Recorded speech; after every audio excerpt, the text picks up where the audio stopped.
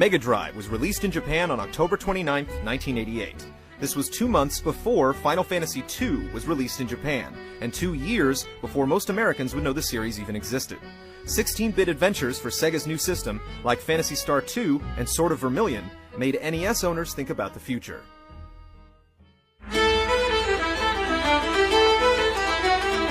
The Super Famicom didn't arrive in Japan until November 11, 1990.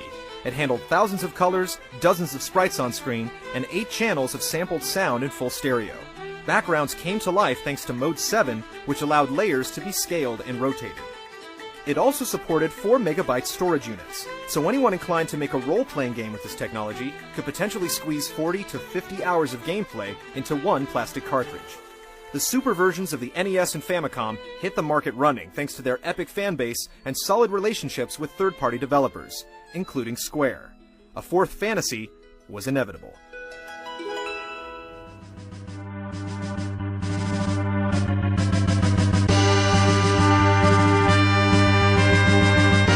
Final Fantasy IV was released in Japan on July 19, 1991. For the first time, it also came out in America the same year.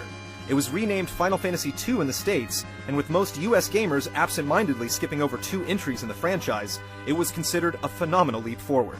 4 was once again directed by Sakaguchi, designed by Amano, and composed by Uematsu.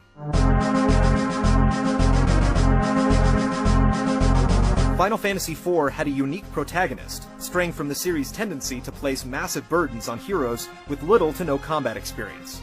4's heavily conflicted leading man was Cecil, a Dark Knight of the Kingdom of Baron and commander of the Monarchy's airship fleet called the Red Wings. After questioning the king's request to attack innocent people in the search of 4 crystals, Cecil was stripped of his rank and forced to reevaluate his ambitions. He was aided on his path of redemption by his dragoon companion Kain, his white mage lover Rosa, the lost summoner Rydia, and many others.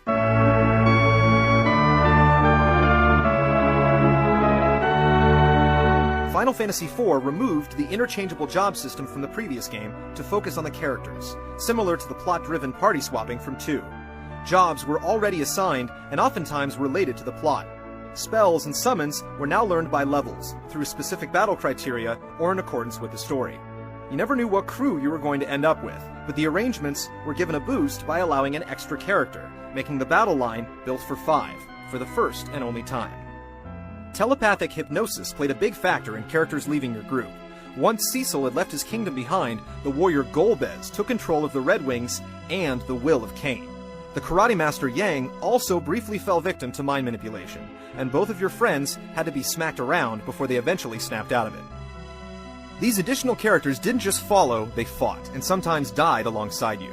Your ranks gained the abilities of Tella, the vengeful mage, Edward, the pensive bard, Palom and Porum, a precocious pair of young mages, Edge, an impulsive prince, and Fusoya, a resident of the moon with many buried secrets to tell. Even the Tinkerer Cid grabbed a club and finally took matters into his own hands. It's also worth noting that Rydia is one of the only characters in the entire franchise that goes through a permanent physical transformation. She left your party unexpectedly and resurfaced in the Land of Summons, where time moved faster. She dropped her ability to perform white magic, but gained several new spells, her full summoning potential, and a matured character sprite. 4's biggest technical influence on the rest of the series was the introduction of the active time battle system created by Hiroyuki Ito. With it, adversaries don't wait patiently for players to input actions. Instead, each enemy and character gets a turn every few seconds, with players forced to act quickly if they want to finish the battle with minimal damage. The system made combat a bit livelier, allowing for more engrossing gameplay. The battle screens added unique terrain layouts underneath their heroes and enemies. The environments, characters, monsters, and bosses all received a significant improvement in detail. Group spells all animated at the same time. Smoke and fog was now transparent. Square clearly proved that Final Fantasy IV could not have been done on the 8-bit Nintendo. You could even adjust the color of the menus.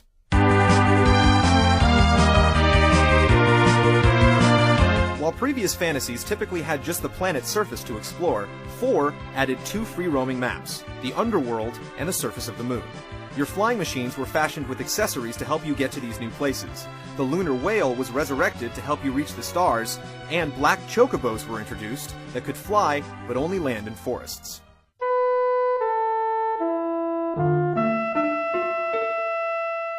All of Nobuo Uematsu's scores have been exceptional for their era, but Final Fantasy IV was the first noticeable example of the melodic subtleties and enduring themes that his work has gradually become famous for. Theme of Love has been taught to Japanese school children as part of their curriculum. The tracks from 4 have appeared on several compilation albums and have been performed live by numerous orchestras and metal bands. The story in 4 rekindled the 4-tier elemental structure.